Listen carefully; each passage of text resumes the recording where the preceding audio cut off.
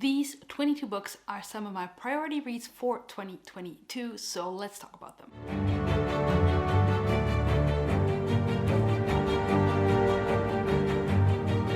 Hello lovely book dragons, and welcome back to my channel, or welcome if you're new here. My name is Joana and I love to talk about books on this channel, specifically fantasy books, but also a little bit of romance. And today I am here to share with you the 22 books that are my priority reads for 2022. Now, in previous years, I have picked books that I was not super interested in anymore and made this list in the hopes of maybe it would finally get me to reading them. But this year, and if you haven't seen my goals video, I will leave it linked in the description of this video, I am much more into mood reading, reading the things I know I love, reading things that I've been looking forward to for a long time. So that is kind of how this TBR is. It is books that I've owned for a bit and I really want to get to, or releases from last year that I didn't get to and really want to. So without further rambling, I'm going to show you the 22 books that I plan to read, that I hope to read in 2022. In case you're new here and you don't know, I leave every single book that I talk about in the description of this video so that you can go check out a synopsis that is more extensive than what I can give you, because I really don't like knowing too much about the books that I read before going into them. So now we can go. Starting off with my ebooks that I own on my Kindle, I am gonna talk to you about The Atlas 6.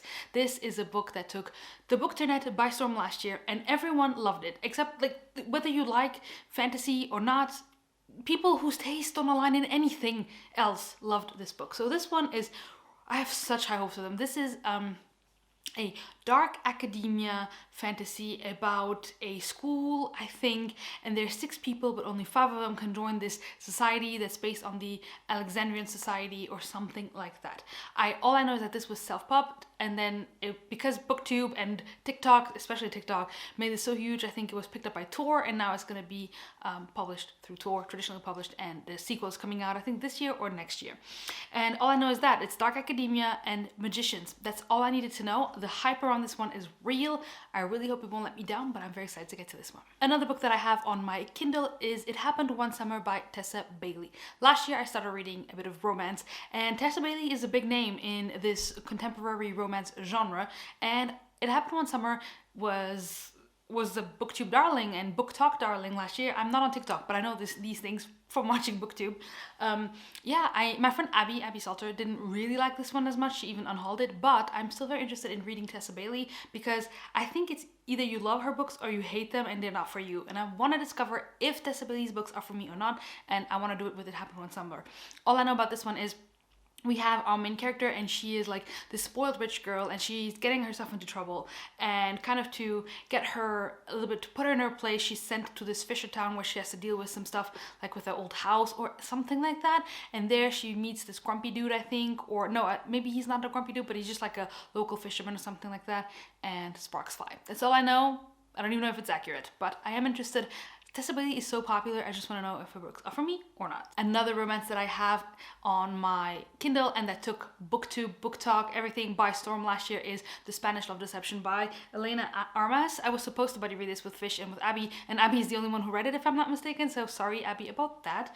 But this one is The Hating Game meets The Unhoneymooners, and then that's it, basically that. So we have a workplace relationship where the guy is kind of rude to our main character, and oh wait, in romance you say hero and heroine. So our hero is a bit rude to our heroine, and they are like enemies in the workplace, but then she needs someone to take to a wedding, and it's a destination wedding, I think in Spain, and he's like, hey, I can be your fake date for this wedding, and that's all I know. I think it's fake dating enemies to lovers. 2 of my favorite romance tropes that I've discovered last year.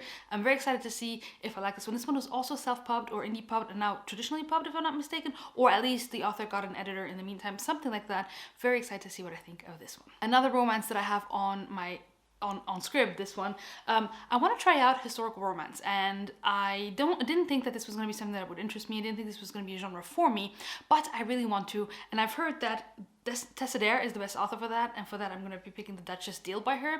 I have no idea what I'm getting myself into. I don't know anything about this book except that Tessa Dare is a favorite. Even like people like Regan who read a lot of fantasy love her books, so I'm ready to give Tessa Dare a try. And the last book I want to talk about that I don't have with me physically is Elantris by Brandon Sanderson. I do own it, but it's downstairs and I forgot to grab it before starting this video. And this one is one of the only Cosmo books I haven't read yet, but fret not, it is on the docket for I think February for the Cosmo Unbounded, so I know I will get to it.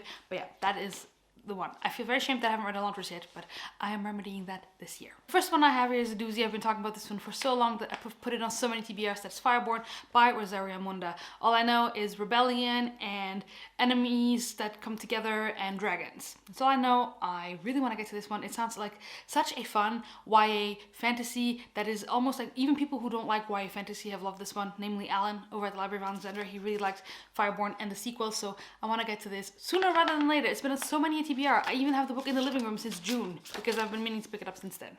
Next up, we have a sci-fi series. I want to read a bit more sci-fi, and this is this book that has been taking everything by storm. Everyone has been loving it, and that is Empire of Silence by Christopher Rocchio. I've heard nothing but amazing things about this whole series, mainly from Mike over at Mike's Book Reviews, Alex Nieves, and Liene over at Liene's Library. They've all been saying so many good things about the series, how amazing it is, and how even this is like, most people say that this book is not as good as the rest, so I don't know what I'm getting myself into. I'm very excited to read this one, and if I like this one, I can read the sequels, and I think the series is going to be completed this year, if I'm not mistaken. So, it's a good time. I know nothing about this except that everyone loves it. I literally know nothing else about it.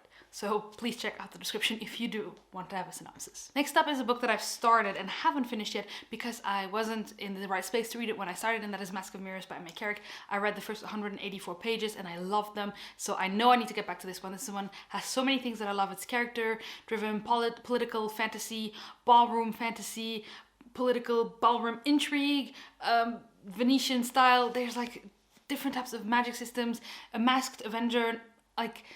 Guys, this is right up my alley. This is like the stuff that I eat up and that I know is going to be a 5-star read. I am so excited to get to this one. The first 184 pages I was reading, I was loving it. It was just very slow, and at the time I was reading this, I wasn't in the mood for a slow book. So this one I hope to read sooner rather than later because I've been so in the mood for this for a few months now. Next up is a book that I've been meaning to get to for a very long time.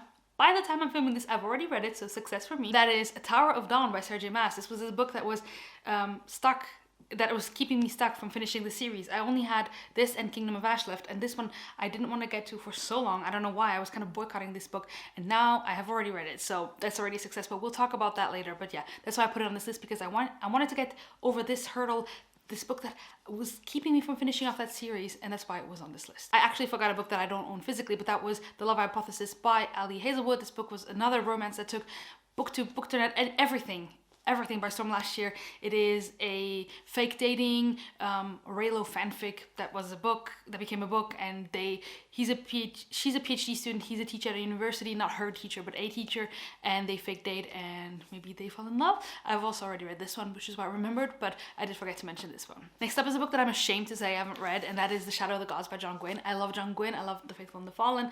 Ruin, the third book in that series, made my favorite book of last year. The whole series is one of my favorites now. I still haven't read Of Blood and Bone, which is a sequel trilogy to that series either, but I did want to put this one on this list because this is his new series, and I'm very excited to pick this one up. It has like the best cover I've ever seen with this huge dragon on it, and the sequel is coming out this year, so there's no reason to not read this. Abby has been telling me every month or so, Joana, where's Shadow of the Gods, but haven't you read it? So I put it on the list so that I could finally read Shadow of the Gods and read from another favorite author of mine. Next up is a book that I featured in my I'm not sure how I'll feel about these books, and I will leave the video link up here, and that is These Violent Delights by Chloe Gong. All I know is this is Mafia 1920s Shanghai, Romeo and Juliet inspired, but actually not very romance focused. That's all I know, and this book is a book that I think I will love, but I've heard so many mixed things about it that I'm so nervous about, but I have a feeling that I will love it, which is why I put it on this list so that I stopped putting it off. Next up is a book by an author whose first book I absolutely adored, and then I picked the sequel up immediately when it came out, and I haven't read it yet, and that is The Betrayals by Bridget Collins. I read The Binding by her and absolutely loved it. It's one of my all-time favorite books, like really like favorite book of all time kind of thing. Maybe it was just a right time, right book when I read it and we matched, but we clicked. I love that book with all of my heart, so I hope to read this one. I know absolutely nothing about the synopsis anymore, and that's how I want to keep it, because I found that the synopsis of the first book really spoiled a very big plot point of the book, so I'm glad that I forgot the synopsis of this one, but I do hope to get to it hopefully sooner rather than later. The book is stunning, it's beautiful. I loved her book, the other one, I love her prose, so I'm just excited to get to this one. If you had a shot every time I said excited, you would be drunk by now. But another book that I am nervously excited about is Pachinko by Min Jin Lee. I feel like this one is gonna break my heart. This is the story, I think this is even a true story, I'm not even sure, of like a family in Korea or something like that, and it's a generational novel about this family fleeing Korea or going, something like that. Yeah, like I said, I don't remember much about this, but I've heard so many people who have absolutely adored this book. I think Angela, Literature Science Lines, was that you who really liked this one? I think so, but yeah, this book is very much acclaimed. A lot of people have loved it. I need to get to this. I've owned it for years and years and years since it first came out. That's how much it interested me. Since it first came out, I haven't picked it up, but I do want to this year. Another book that I really, really want to get to, and the series in general, and that is The Bone Shard Daughter by Andrea Stewart. So many people have read and loved this one. This one sounds right up my alley as well. It has animal companions, it has multiple POVs, it has bone shard magic, which is a bit like, people have said that if you, it kind of reminds them of the magic system in Foundry Side by Robert Jackson Bennett. It has a little bit of horror elements, if I'm not mistaken. I don't know, I've heard so many good things about it, and every time I see this book I'm like, I think I will love you. I think I will love you, and it's time to read it. Here's a book by one of my favorite authors that I haven't read, and that is Malibu Rising by Taylor Jenkins Reid. I've loved every single one of her books that I've read, some more than others. Evelyn Hugo is one of my favorite books of all time. It is one of the books that has moved me the most, and therefore I want to read Malibu Rising. This came out last year. I haven't gotten around to reading it yet. There's nothing more to say, actually. I know this is set in the same kind of world that she has created with Daisy Jones VI and Evelyn Hugo, and yeah, I cannot wait to get to this. I love her books, I love her writing. I know that this one was a disappointment for a lot of people, but I am nevertheless very excited to get to this one. All I know, it's again set in the 80s, and there's a party and the house burns down, and we kind of count back to see what happened and how we got there. A book that took BookTube by storm last year is She Who Became the Sun by Shelley Parker Chan. This one is like a historical fiction fantasy, more focused on historical fiction than fantasy, about a girl who is gets a prophecy, and her brother as well, and then she takes her brother's place because she wants that, she wants the fame, she wants to go to war or something like that. So it's kind of like, it has that Mulan trope in it. A lot of people have loved it, a lot of people haven't. So this one, I've heard, in the beginning when it came out, everyone was loving it, and since then I've heard a lot of mixed things about this one. So I don't really know how I'm gonna feel about this. Is it a bit intimidating because it's mostly historical fiction rather than fantasy? Yes, but I do like historical fiction, so I think that this one could be a good match for me. And I guess we'll see how I feel, and that's why I put it on this list, because I feel like if I didn't put it on this list, this would linger on my shelves for such a long time, just because I would be a little bit intimidated by that. It's more historical fiction than it is fantasy thing, so yeah, that's why I'm putting it on this list, to keep myself accountable and finally pick this one up. Next up is a book I want to kind of give a redemption to, and that is Spin the Dawn by Elizabeth Lim. I have read this book way back when, I don't even remember when, and I DNF'd it at 70 or 75%, something like that. This is about a girl who it also has the Mulan trope, and then it transforms into so basically her only men can be tailors, and then she takes the space of her father or her brother and participates in this tailor competition. So this one was pitched in the beginning as Mulan meets Project Runway, which is accurate for the first half of the book, and then it turns into a traveling story with a very heavy emphasis on romance. And when I read this the first time, I wasn't expecting that, and I wasn't in the mood for that, so I put it down.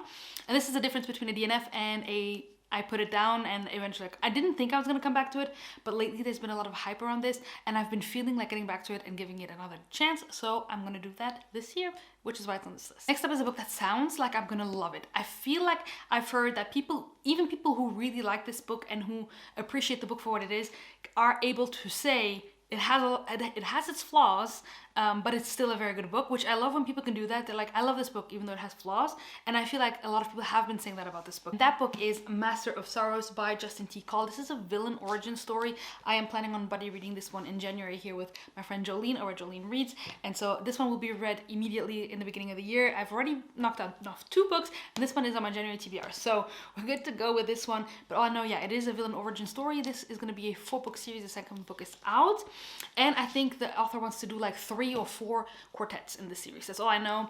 Very excited, nervously excited, because I have heard like it has quite a few flaws, but it's still very good. So kind of tempering my expectations there, but I'm excited nonetheless to get to this one. And then to top off my list, so we had a bit of historical fiction with Pachinko, with She Who Became the Sun, and then we had a lot of fantasy. We had YA fantasy, because I haven't read YA fantasy in a while, so I wanted to put it back on the list. We have a lot of adult fantasy, which is my main genre. We have romance, which is a genre I discovered last year. We have 1 sci-fi, because I don't want to overcommit myself to sci-fi this year yet. But then I decided that I wanted to put 2 nonfiction books, because I definitely want to read more nonfiction. As much as I also want to read more sci-fi, I feel like nonfiction is something that I really want to prioritize more. And so I have 2 books here that just sound really interesting. The first one is Chatter by Ethan Cross, The Voice in Our Head, Why It Matters. This one was a gift by my former boss, and he said that this book is very interesting also for people who, like me, have anxiety and keep that inner monologue going all the time. This book actually was gifted to me by my boss before he left where we work. Well, where he worked, where I still work. So I want to read this one. It sounds very interesting. It sounds like something that could actually really benefit me a lot. So I'm interested in seeing what this one's all about. Final book on this list. The final book on my 22 to read in 22 is Invisible Women by Caroline Criado Perez, and this is exposing data bias in a world designed for men. I had already started this one very lightly, reading the introduction a few months ago when I first got this, and I'm very interested in reading this one. And I feel like the nonfiction books are books that I'm gonna pick up like a chapter here, chapter there, like maybe with my morning coffee or something like that. But yeah, this one I'm super interested in. I feel like a lot of people who have read this one have absolutely loved it, and so I can't wait to see and can't wait to get angry about how our world was built. Yay. So there you go. Those are 22 books that I hope to prioritize this year in 2022. Let me know if you have read any of these and what you've thought of them. I feel like a lot of these are quite popular, so there's a high chance that a lot of you heard a lot of these. But let me know which ones you think that I will absolutely love. And if you want to buddy read any of them, let me know. That is going to be it from me today. If you just want to let me know that you were here, leave a book stack emoji. And until next time, happy reading. Bye guys.